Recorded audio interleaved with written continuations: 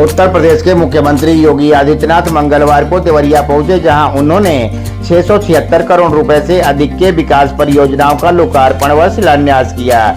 इस अवसर पर आयोजित जनसभा में मुख्यमंत्री ने समाजवादी पार्टी और उनके प्रमुख अखिलेश यादव पर तीखा हमला बोला। सीएम योगी ने कहा कि सपा सरकार में विकास की जगह गुंडागर्दी और माफिया राज को बढ़ावा दिया गया। उन्होंने पहलगाम हमले में शहीद हुए शुभम द्विवेदी को लेकर अखिलेश यादव के बयान की निंदा की और कहा कि यह शहीदों का अपमान है। मुख्यमंत्री ने अपने सरकार की उपलब्धियों का उल्लेख करते हुए कहा, हमने पूर्वांचल में विकास के नए आयाम स्थापित किए हैं। आज गांव-गांव में सड़कों का जाल बिछाया जा रहा है, कानून व्यवस्था में सुधार आया है। उन्होंने माफिया आतिक अहमद और मुख्तार अंसारी का उल्लेख करते हुए कहा, सपा बसपा के शासन में माफियाओं की समानांतर सरकारें चलती थी, लेकिन आज उनके गढ़ में पुलिस व्यवस्था पूरी तरह कायम है। जनसभा में उमड़ी भारी भीड़ और स्थानीय लोगों की प्रतिक्रिया ने सरकार के प्रति समर्थन दर्शाया। एक स्थानीय निवासी ने कहा, पहले सड़कें टूटी रहती थीं, अब कनेक्टिविटी बेहतर हो गई है। माफियाओं पर योगी सरकार ने सख्ती दिखाई है। अभी यहाँ पे एक डिग्री कॉलेज का उद्घाटन हुआ। 4 मंजिला भवन है डिग्री कॉलेज का। सरकारी डिग्री कॉलेज का देवरिया में कोई 4 मंजिला भवन अभी तक नहीं रहा होगा। पहला भवन यहाँ पे बन गया है बढ़िया बाहर में, और एक साथ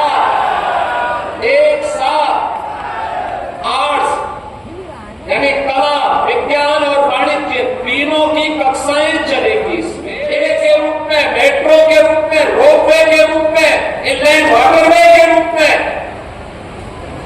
आज हमारी पहचान बन रही है वर्ल्ड क्लास एक्सप्रेस वे के रूप में। अभी एक नई एक्सप्रेस वे का शुभारंभ होने जा रहा है जो गोरखपुर से सिलचर तक जाने वाला है, और देवरिया उससे पूरा कवर हो जाएगा। ग्रीन फील्ड एक्सप्रेस वे पूरी कनेक्टिविटी दिल्ली कर देंगे। गोरखपुर से शामली को जोड़ने के लिए भी कार्रवाई हो रही है। ये मान के चलिए कि आप देवरिया से सीधे शामली या दिल्ली कहीं भी जाना हो, बहुत कम समय में ये सभी कार्य आगे बढ़ेंगे। क्यों ये सड़कें सिंगल लेन की रहेंगी? हम आश्चर्य करते थे, गोरखपुर से देवरिया आना होता था, सिंगल लेन की सड़क होती थी। आज 4 लेन की बन रही है। गोरखपुर से देवरिया बलिया का पूरा मार्ग 4 लेन की कनेक्टिविटी के साथ जुड़ेगा। देवरिया से हाटा मार्ग के चौड़ीकरण के कार्यक्रम को भी हम लोग आगे बढ़ाएंगे और ये मार्ग इस दूरी को और कम किया जाएगा। देवरिया के विधायक जी भी हैं और हाटा के विधायक जी भी हैं। देवरिया से कसिया और पटोना के मार्ग को भी क्यों 4 लेन नहीं बनाया जा सकता है? 2 जिला मुख्यालयों को 4 लेन के साथ जोड़ने का कार्यक्रम इस सरकार की प्राथमिकता का हिस्सा है, और ये सभी अपने परिवार तक सीमित रह जाते हैं।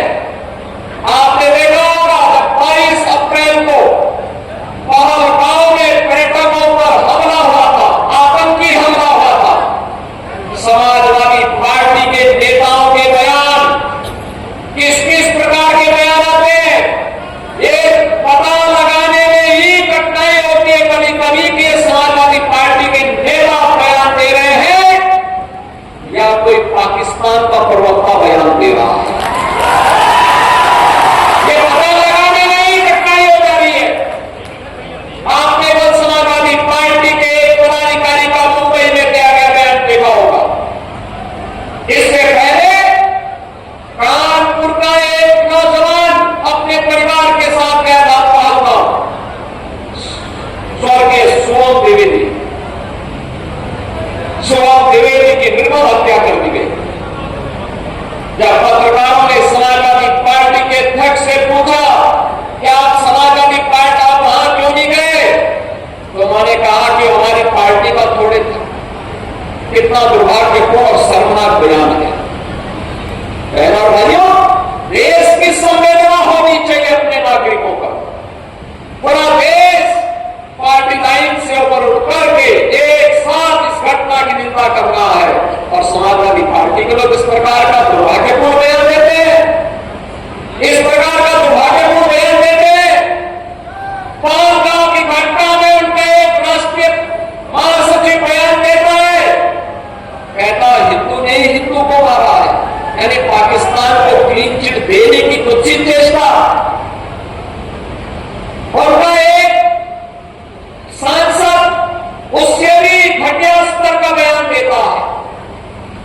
बहनों भाइयों, जब भी जातिवाद की राजनीति होगी, जब भी विभाजनकारी राजनीति होगी, तो तुष्टीकरण की पराकाष्ठा को पार करते हुए आपकी सुरक्षा के साथ ऐसे ही खिलवाड़ करने का कुछ प्रयास करेंगे जैसे वर्तमान में कुछ कांग्रेस के नेता और समाजवादी पार्टी के नेता कर रहे हैं। हमें एक स्वर से निंदा करनी चाहिए। आतंकवाद के खिलाफ देश की लड़ाई प्रधानमंत्री मोदी जी के नेतृत्व में 140 करोड़ के भारत को एक स्वर से लड़ना चाहिए। एक स्वर से प्रधानमंत्री मोदी जी के नेतृत्व में आतंकवाद का नेस्तनाबूद करने के संकल्प के साथ आगे बढ़ना चाहिए। इस संकल्प के साथ अगर हम आगे बढ़ेंगे तो जैसे 10 वर्ष में आपने देश के आतंकवाद को, नक्सलवाद को, उग्रवाद को समाप्त होते हुए देखा होगा, ऐसे ही जो थोड़े तत्व सिर उठाने का प्रयास कर रहे हैं, इनके भी जहन्नुम में जाने के दिन बहुत शीघ्र सामने दिखाई दे।